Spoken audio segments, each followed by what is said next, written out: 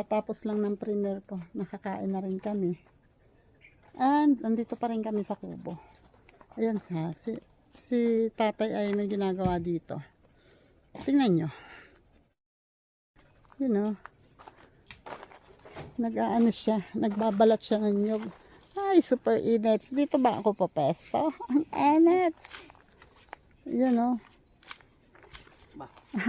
Ingat, ingat tatay ha. Baka naman paltusan ng kamay mo. May ano na. Matulas eh. Hindi na makabuyog. Putang na yan.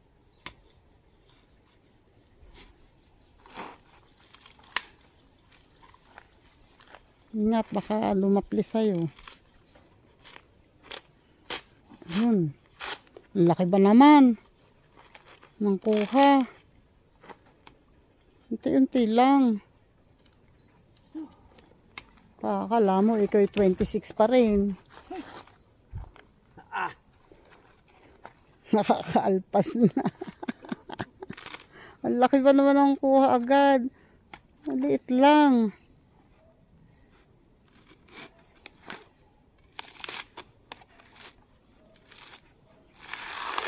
Ayun oh.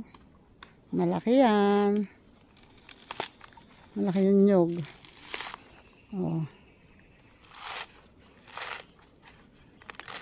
Alam nyo ba sa palengke yan ay pag bumili ako yung ganun kalaki ay 50 pesos o 60. Yung ganyang kalaki. Yung minsan kinailangan ko ng nyog. Wala na, napilitan ako bumili 50 pesos. Tapos nung bibili ulit ako 60 daw. Sabi ko wag na nga. Na lang ako instant. Isang oras na bakit natin patintiraso. Tatatlo pa na babalatan. Yung isa, ito, yan yung walang sibol. Yun ang balatan mo.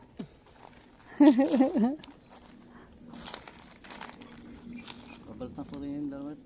Papandikit ko yun. Lalangisin. Mula. Oh. Naman na. Pwede naman sa ibang araw naman yung iba. Or mamaya. Pasok na lang sa loob yung yung nabalatan na at pag naarawan niya na yung mamumutok. Ngayon ay, what's the time na ba? 12:37. Yan, hindi kita ang oras. Oh. May shadow ng 12:37. Katanghali ang tapat. Ito yung pinutol ni tatay na puno ng mahogany. Doon, pinutol niya yung puno na maliit pa at gagawin niyang poste. Saan mo yan planong ilagay na poste? Sa likod. So, kailangan pa rin natin dito ng 3 poste. Para dito sa bububong, kung sakaling magbububong dito sa harap. Madami pa naman. Kaya nakalalaki na yun. Hindi bale. Dapat talaga yan. Mahaba nga yan. Ay doon to lang kung pang to sa gitna. Hindi. Hindi. Hindi halata dito ang bulaklak ng rambutan na ito. Pero ko lang mahogany, hindi ako pinawisan pagtatalop na yun. pinawisan. Utang yun yan. Aha. Kasi tagal ka nang na kasi. at saka matagal ka nang hindi nagbabalat. Ilang taon ka na bang hindi nagbabalat ng nyog? Aba, di 1980s pa. 19 ang alam ko 1970. Yung unang upload ko, remember, yung unang upload ko ay nagbabalat ka ng nyog. Oo nga. 2021 yun yata o 2022. Ko na rin yun, kasama na rin ang hindi ko pagbabalat. Oo nga, pero medyo mas mabilis ka noon. Kaysa ngayon. 3 tapos hingal na. Kala nung araw yung 1,000 nyug hanggang tanghali. Wala ka na. Noon na may araw pa, ngayong gabi ka. Pasok yung nyug. Di ba pagka nagbabalat kayo ng nyug noon, kasama yan yung paghahakot? Hindi kami naghahakot. Kayo, iniipon nyo yan. Hindi pwede iniipon. Pinawisan ko yun. Excuse me po. Nahuhubo naman ang salawal ko. Sagad na yung May sinturon belt ko, Taas ka ng taas. Sagad na sinturong ko nahuhubo pa rin. Ay, ibig sabihin niya malaki yung belt mo. Ha? Malaki yung belt mo. Malaki yung kwan. Ayan ang ang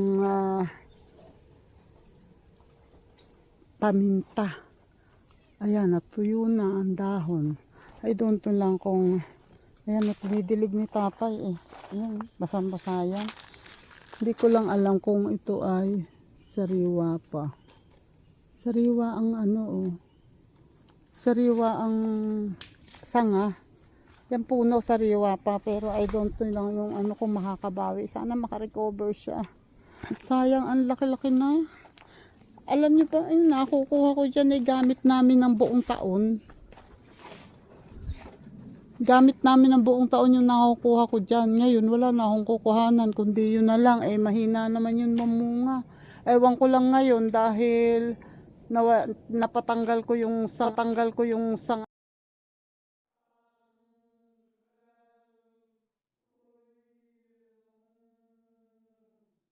Sanga ng, ang ibon Kita nyo yun? Yung lumipad na ibon. Kulay blue. Yung sanga ng santol na dito, nakaharang, na ipatanggal ko. Doon, yung isang santol doon, yun yung mga sanga doon. Naipatanggal ko yun, kaya medyo wala na masyadong harang dito. I don't know lang ngayon kung yan ay kung yan ay gaganda ang bunga. Dati naman magandang mamunga yan Hindi ko lang alam ngayon.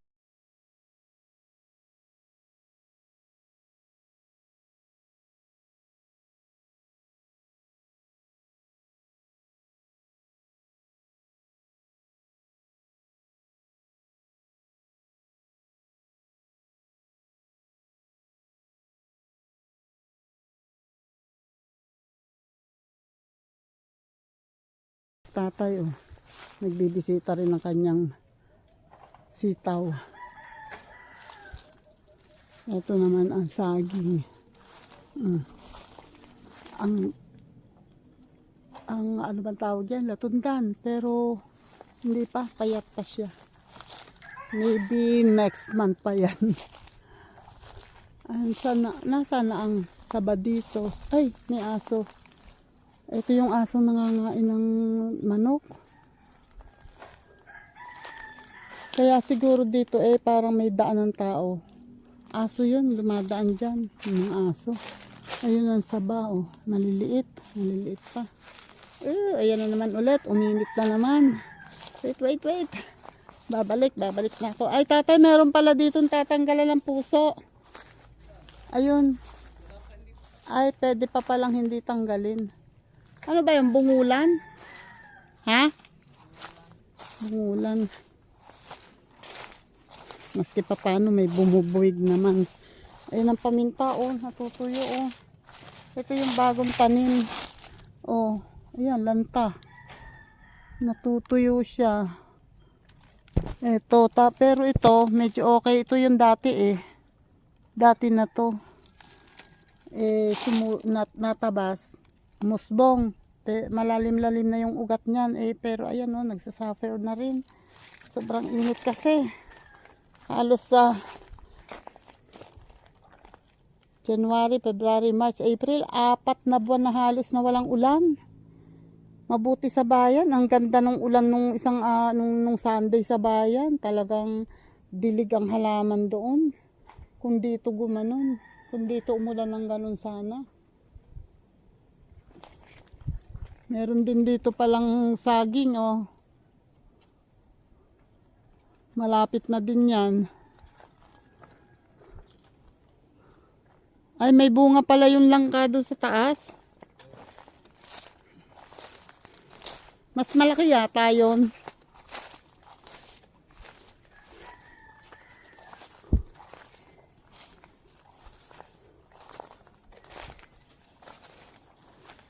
Ito yung langka. May bunga doon sa taas. Ayun. Ewan ko kung kita nyo yung bunga. Ayan o. Medyo malaki na yung bunga. Pero dito meron kaming... Ay, dalawa pala ang laman nito? Dalawa? Eh, pwede palang pag-iba, pag ano nga na to, paghiwalayin. Ito yung pinaghiwalay nga natin nasira lang ito. Hindi, dapat paghiwalayin. Pag ano, masisikip to. Kita mo yan kung mamunga sa isang ganto sikip. Ba't dadalo nga ito? Hindi natin napansin siguro na may isa may katabi. Ay, tsaka kasi hindi kaya abutin. Oo nga, mataas. Kaya yan, kaya lang hindi tayo. May aakyat na iba. Sana hindi masira.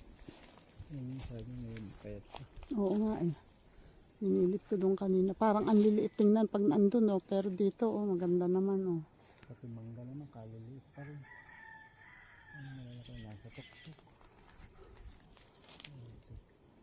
Ay, wala. Pwede naman ako manghingi ng mangga. Kina Tita Cora.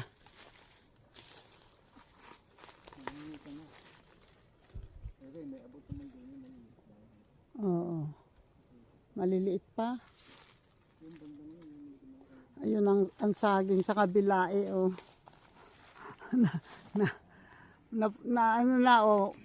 may kapirasong pusong natira sa dulo tapos yung saging ay wala na halos lahat.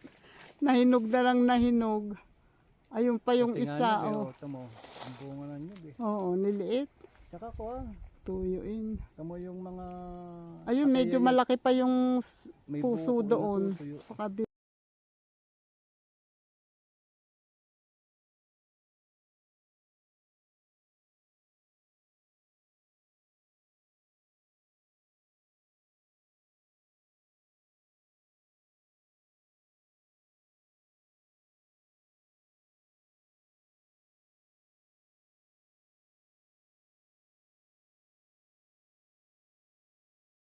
Kuha tayo ng isa ngayon. O kaya Ito, alimba, mas nauna. Una yung isa. Ay, ang ganda na. Kaya lang maikli. Mas nauna to. Ito na lang muna. Sabay yan nung kinuha papon. Hindi, nauna yung kahapon talaga. Ay, thank you Lord. May papino kami mamaya. Tapos bukas ito naman. Ayun, sa bubang yun. Ayun, nasaan? Ayun, natatakloban lang. Lumigoy ka doon sa kabila. Ayun. Ay, mas malaki yata yung tatay. Ay, kunin ko na to. Dapat pala ito ang kinuha ko.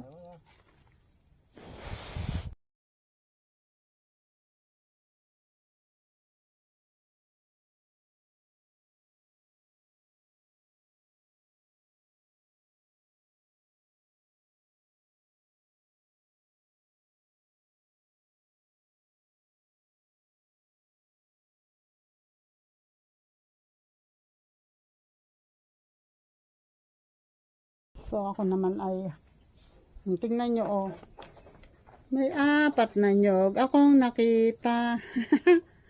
Di ba? May 4 na nyog pang benta si ate. Kahit na sabi ni tatay maliliit daw, hindi bale, at least may katapat pa rin yan kahit na konti. Pero sa palengke talaga 50 pesos ang ganyan. Yung ganito kalaki yung pinaka yon, malaki yon. Ay 60. Nung last na nagtanong ako 60 pesos. Diyos ko po. Pag ganitong magkakaedad na pala, lalo't ganyan katulad ni tatay, may kondisyon na ganun, may sakit. Dami ka nang naisip na wag na nga yun kainin. kahit tuloy hindi bawal sa akin, eh dahil bawal kay tatay, sinasabayan ko na lang siya. Kasi pati naman yung ano sa akin, bawal ang red meat, hindi na rin siya nagre-red meat. Pero pwede naman kami, halimbawa may nilaga, pwede naman sa amin yung sabaw, wag lang kakain ng laman. Kay tatay pwede naman, hindi naman bawal na bawal talaga as in ano, pero parang isang gayat lang, ganun lang, hindi na pwedeng ano. Pero since hindi naman talaga kami maka red meat, hindi kami masyadong mahilig doon, kaya nasanay na kami. Bata pa kasi yung mga anak ko, nasanay na kami ng walang karne. Hindi kami nagkakarne dahil nga mahal ang karne. Ang importante sa amin may gulay at isda, yun. Pero at saka bigas, yun ang importante. Ayan, at dahil ako'y nakalakad na, nakaikot na ako, so okay, pwede na ngayon din. Ay, sarap ng hangin! Pwede na ako ngayon din umupo sa duyan, and maya maya hihiga, and maya maya tutulog. Ngayon ay alauna. Lagpas ng alauna, 1:07 to be exact. Malamang sa malamang sana makatulog ako, kasi hindi nga ako masyado nakakatulog sa tanghali. Pero since mahangin, ang lamig ng hangin, sarap. Kaya lang minsan wala. Pero may oras na dumadaan yun. Kaya sabi ko nga kay tatay, dapat tanggalin tong ano, tong dangdang, yung dingding na yero, dingdingan ng kawayan na ano, dapat ay yung kawayan na ano, yung may mga butas-butas din para open air, para ano, ang importante lang hindi mapapasok ng manok, ng aso, ganun, para lang ano, yun ang sabi ko sa kanya. Ewan ko kung anong plano niya.